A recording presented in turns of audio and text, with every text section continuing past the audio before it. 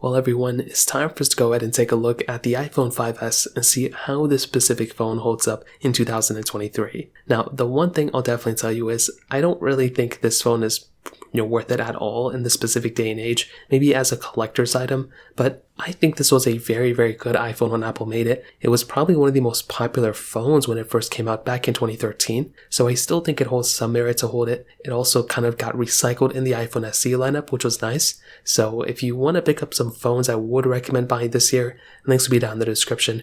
You can get them from there and you can help support the channel at the same time. Now, starting off with the outside of this phone. On the front, we had a 4-inch IPS LCD panel. The resolution was 640 by 1136. So compared to phones that we have nowadays, a majority of the phones that we have are at the bare minimum 1080p. So that is a very interesting thing that we actually had this resolution that was considered like a high resolution and a retina panel at this day and age, which is very, very interesting. Now you have to remember when this phone first came out in 2013, this was still a time where a lot of people were making fun of Apple because of their small screen sizes. They were like, I want a bigger phone, I don't want a smaller phone. That was kind of one of the bigger counterparts and reasons why people typically picked Android at that time. Then Apple ended up making that, 4.7-inch panel on the iPhone 6 and the 5.5-inch panel on the 6 Plus, and those were big, massive phones. So that was something that really stood out to me, and when I kind of look back, it's honestly quite astonishing when you look at something like the iPhone 5S that this was the flagship, this was the main phone, that Apple was selling back in 2013,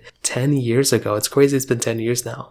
Now, we had Touch ID on the front. This was also the first iPhone to bring Touch ID, which was so cool. We have a little bit of bezel on the top, but whatever, we're kind of used to it. On the bottom, a lightning port and a headphone jack, which is so nice. We also had this flat side to it, and this was the last iPhone that we had a flat side to, I think until, minusing the iPhone SE, probably until the iPhone 12. So there were several generations of phones where we didn't even have the flat side yet, which was so funny. Now in the back, we had this flat back to it, which was nice.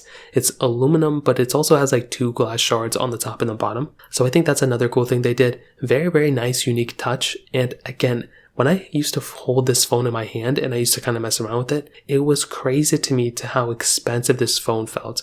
This phone still looks like a very premium, expensive phone, and there were a lot of phones in between that didn't really feel as premium as this thing for some reason. I look at the iPhone 6, the 6S, the 7, like those iPhones didn't really feel, or at least look as good in my opinion, as to this thing did. And it's always so weird. I never understood why. The 5S just looked so like luxurious and so beautiful. And even to this day, I still look at this phone and it definitely gets a thumbs up for me, at least on the outside. It's definitely an older looking phone. It definitely isn't one I would recommend buying because of the way it looks or anything, but it is one of those devices I look at and, I definitely get a feeling from it, which is so interesting. No wireless charging, no IP certification, no reverse wireless charging, nothing like that at all, but it's kind of expected as of this point, from a 10-year-old phone. Now, on top of that, when we have this type of phone, we do have the camera set up on this iPhone. We had an 8 megapixel standard camera on the back and we had a 1.2 megapixel camera on the front. So this is what I'll tell you about this camera. It's definitely not, blowing anybody's socks off, or whatever the saying is. It's definitely not, I don't think, impressing anybody anymore. But I feel like if you wanted to, you could actually take some photos from this thing. If you're able to edit your photos a little bit, you may be able to make them look a little bit better, to be honest. But I remember 10 years ago, or whenever, 9 years ago when this phone came out, I was looking at this phone and I was shocked about how good this camera was.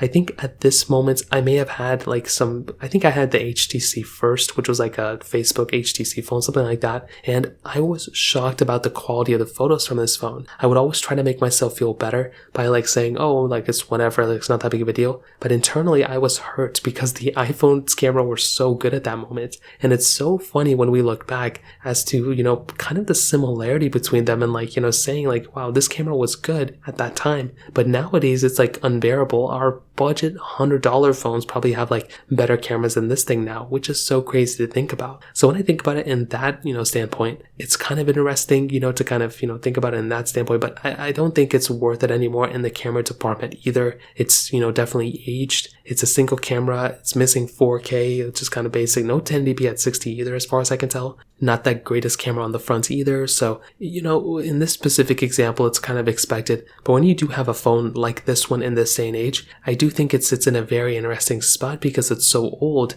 but also it was probably one of the best phones that came out that year, which was so weird. So that kind of covers it up there. Now, one of the craziest things about this phone is that it's still kind of getting software support. So in 2022, just last year, this iPhone was still getting security updates. Now, I don't, it's definitely not, what you think. It's not full OS updates.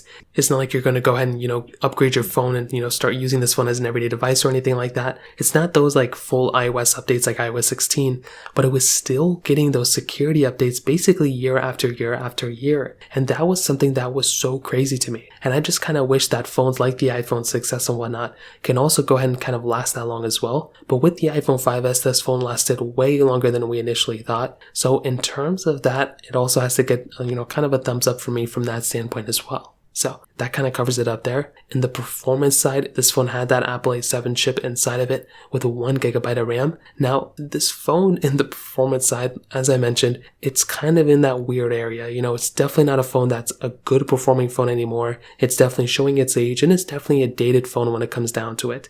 And that's probably one of the biggest disadvantages of getting a phone like this, is that it's just severely outdated. Now, I wouldn't recommend anybody buying a phone like this, to be honest, but when you actually use this phone on an everyday basis, you start to see how slow and how, bogged down this thing feels. When I'm even just filming this video, it's a very, very slow, like a sluggish phone. So it's just one of those things to keep in mind. I don't think anybody's out there using this phone anymore, but I think I even compared this phone either to the iPhone 14 or the iPhone 13, and even in that video, it was kind of crazy to me to see, man, the amount of speed and improvements we've gotten from our phones recently is crazy. Now, you can still download some games and apps on this phone. It's been outdated for 4 years now or something. So, that's probably one thing kind of at least going for this phone. But even if you're able to download these apps and phones or whatever, or these, games, they're going to be sometimes on an outdated version of that game or application. And also, it's just a very slow and sluggish experience. So that's another thing I've experienced personally from this device. And, it's not the biggest deal in the world, but it is one of those things to kind of keep in mind. So in my perspective, that's another reason why I probably wouldn't recommend buying this phone either. The performance is outdated. The phone is outdated as well, but it's kind of expected when you have a phone that's, 10 years old as of this point. Wrapping up this video with its battery life, we did have a 1560 mAh battery, which honestly wasn't as bad of a battery size as you may think, but in this day and age, it's definitely showing its age like I mentioned. It's an older phone with like an older style of battery, so even in that point, there's really not any reason to picking it up. It's probably going to last you like 2 or 3 hours, especially with all these batteries being degraded. So to kind of sum up this whole entire video, what I'll tell you is I really don't think this phone is worth it anymore, in terms of buying it and using it. It's been outdated for many years now, but I think this phone has been aging kind of decently. I think this phone still sits in a very interesting spot where it's not really worth it anymore. It's not worth, I wouldn't recommend buying it anymore, but I think this is a interesting phone when it comes down to it. I would not recommend buying it, but if you want to go ahead and do like a, collector's item or something, then, by all means go for it, but, definitely go buy something like an iPhone, 10 or iPhone 10s or something. So that pretty much covers it up. If you have any other thoughts or questions, let me know in the comment section below. Hit the like button, that will mean so much, but definitely hit that subscribe button. More importantly than everything else, I love every single one of you guys. Hopefully I'll catch you guys in the next video. Peace out till then.